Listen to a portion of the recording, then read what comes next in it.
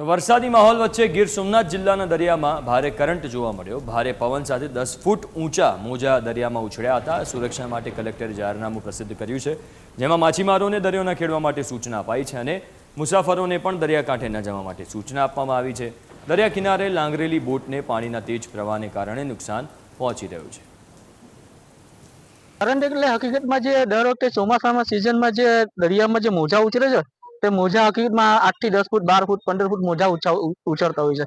તે પવન ને અતિશય મોજાના કારણે જે અમારી લોકલ ભાષામાં લઈને ખરાઈ કહેવામાં આવે અને એ જ ખરાઈને ગુજરાતીમાં કરંટ કહેવામાં આવે છે કે એ કરંટ દરમિયાન તેમાં માછીમાર કરવી બહુ મુશ્કેલી થઈ છે અને અત્યારના બોટો તેમાં જતી પણ નથી। એટલે હકીકતમાં તો એવું છે કે જો માછીમારનો ધંધો એવો છે કે દરિયા પર આધારિત છે।